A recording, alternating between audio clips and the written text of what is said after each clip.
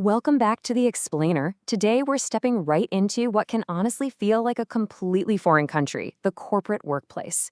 I mean, if you've ever felt like literally everyone else in the office was handed a secret rulebook on day one, while you were just left to figure it all out by trial and error, trust me, you are not alone. Work, especially corporate work, is a game. It's got hidden rules, a totally secret vocabulary, and a scoreboard you often can't even see. But here is the absolute best news. It's a completely learnable game.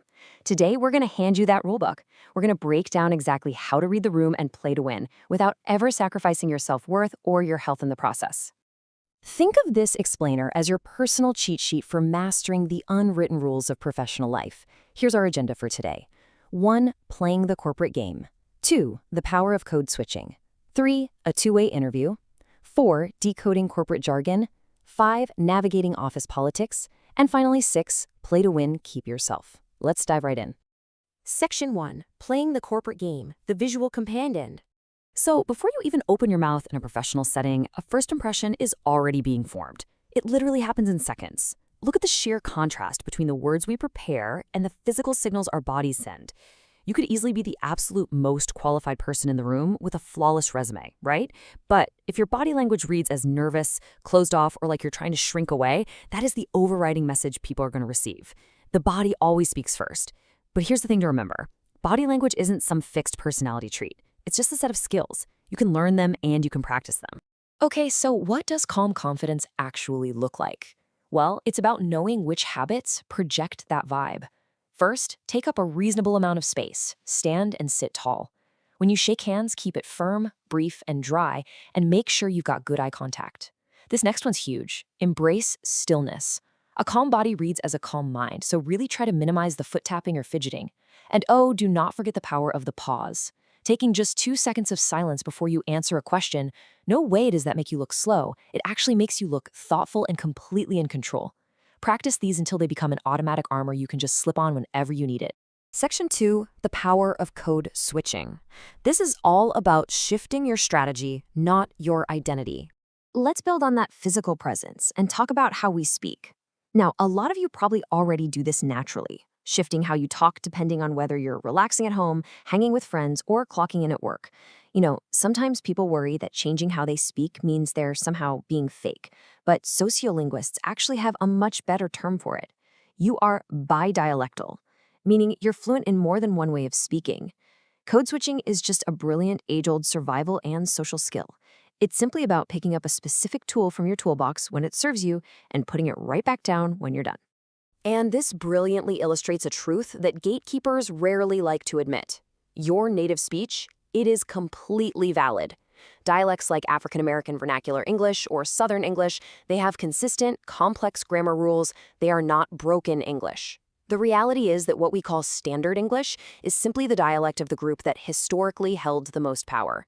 It's about power, guys, not grammar. Now, real-world biases absolutely exist, and studies show people definitely face discrimination based on their accents. That is undeniably unjust.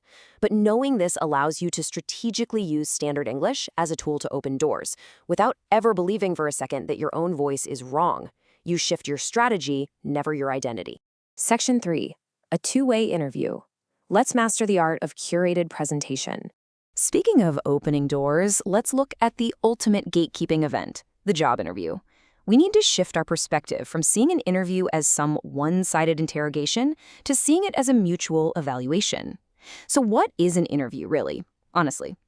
To put it bluntly, it's kind of like lying without lying. Now, that doesn't mean actual deception. It means it is a highly curated performance. You show up as the absolute most polished, agreeable version of yourself.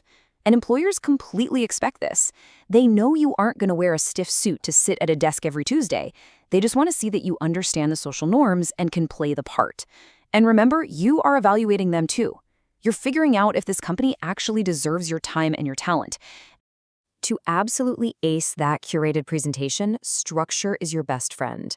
When you get hit with those behavioral questions, like, tell me about a time you handled a conflict, use the STAR method: situation, task, action, result. Set the scene, explain what your responsibility was, detail the exact steps you took, and then proudly state the outcome. It packages your experience so neatly and makes you look incredibly competent and prepared.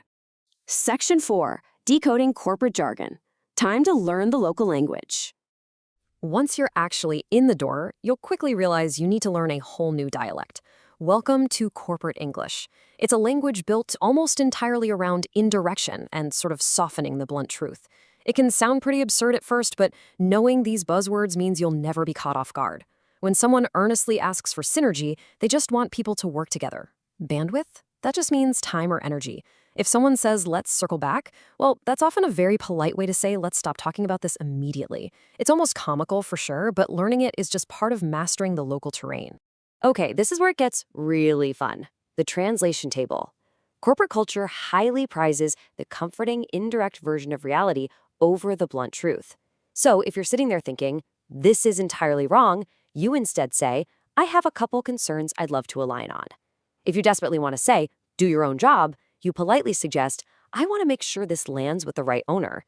And of course, we can't forget the universal unspoken office prayer.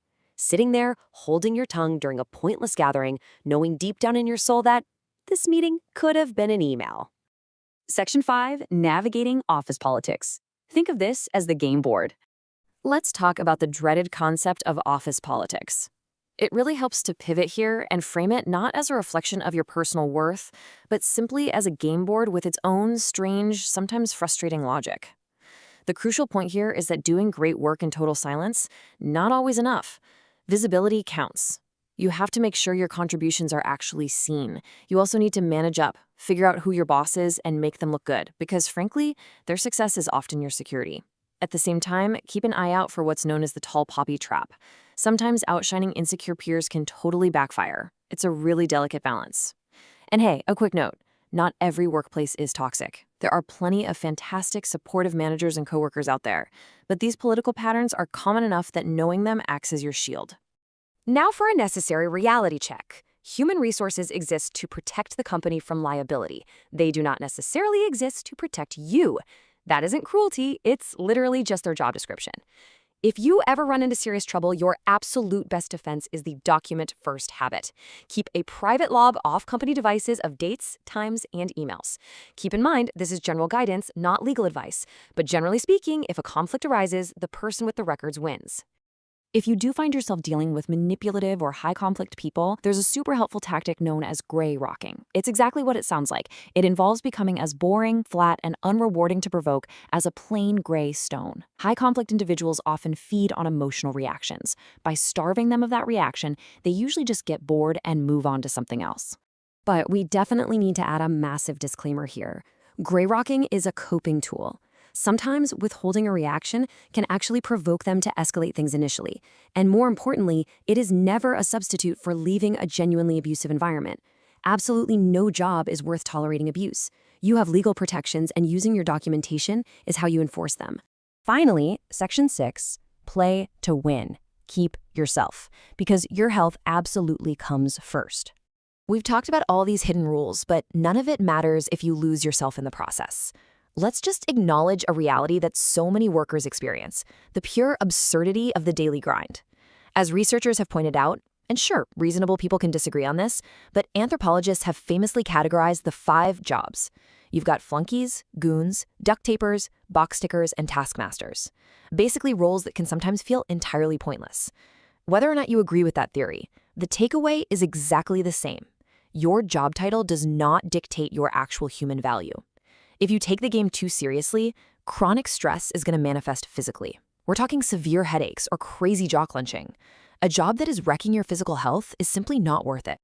So, what does this all mean for you? Work is just a learnable game. You can study the rules, you can learn the secret vocabulary, and you can absolutely play to win. But the most important rule of all is to never ever let the game cost you your health or your self-worth. You are totally equipped to navigate this world on your own terms now. So out of all the hidden rules we unpacked today, what is the very first move you're going to make on the board tomorrow to take your power back? Thanks so much for hanging out with us on this explainer, and we'll see you next time.